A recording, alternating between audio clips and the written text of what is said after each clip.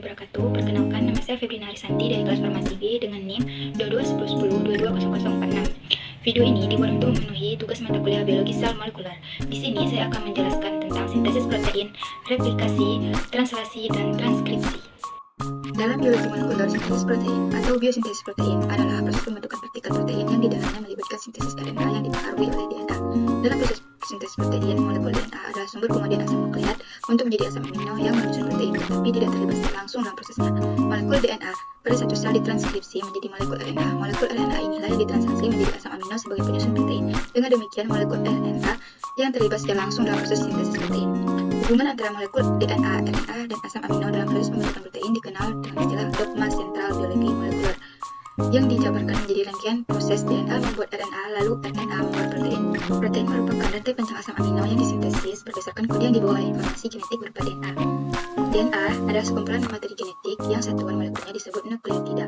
Dalam nukleotida terbagi menjadi tiga, yaitu basa nitrogen, gula dioksiribosa, dan gugus fosfat.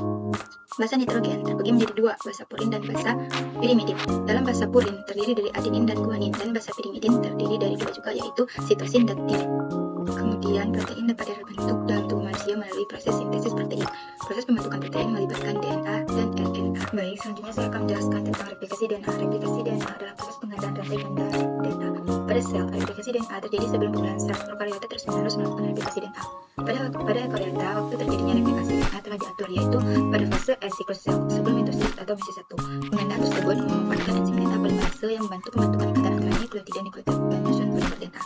Proses replikasi DNA dapat pula dilakukan in vitro dalam proses yang disebut reaksi berantai polimerase atau PCR. Kemudian ada proses replikasi DNA, proses penggandaan DNA untuk memperbanyak diri. Proses ini terjadi dalam nukleus inti sel.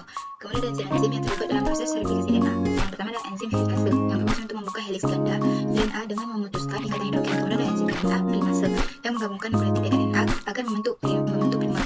Kemudian ada DNA polimerase yang menggabungkan nukleotida menjadi polimer DNA yang panjang. Kemudian ada enzim exonuklease yang berfungsi untuk memotong nukleotida RNA primer baik dari ujung aksen 3 ke aksen 5. Kemudian ada enzim ligase yang berfungsi untuk menyambungkan fragmen Okazaki. Pada proses sintesis protein terbagi dua. Yang pertama adalah proses transkripsi. Dalam genetika, transkripsi adalah membuat RNA, terutama mRNA, dengan menyalin sebagian markas DNA oleh enzim RNA polimerase. Proses transkripsi menghasilkan mRNA dari DNA di dalam sel yang menjadi langkah awal sintesis protein. Transkripsi merupakan bagian dari rangkaian ekspresi genetik. Latin asli transkripsi adalah alih aksara atau penyalinan. Di sini yang dimaksud adalah mengubah teks DNA menjadi RNA. Sebenarnya yang berubah hanyalah basa nitrogen timin di DNA yang pada RNA digantikan oleh urasi.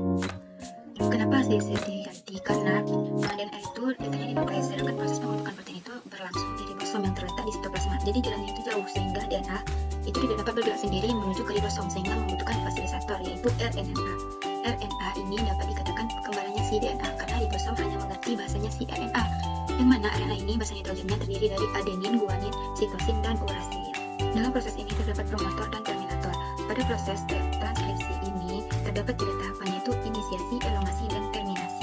Baik, selanjutnya kemudian ada proses translasi. Dalam genetika dan biologi molekuler adalah proses penerimaan urutan nukleotida yang ada pada molekul mRNA menjadi rangkaian asam amino yang menyusun suatu polipeptida atau protein.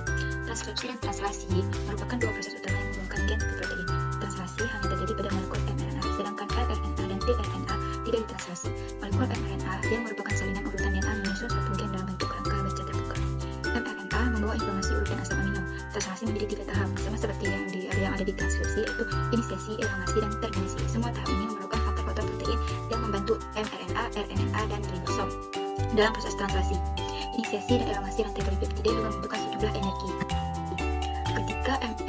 Ketika mRNA ini terbentuk, maka mRNA atau pembawa pesan ini akan membawa kode hasil salinan DNA ke ribosom. RNA ini membawa kumpulan dari kolon-kolon DNA. Setelah tiba di ribosom, maka proses translasi akan dimulai.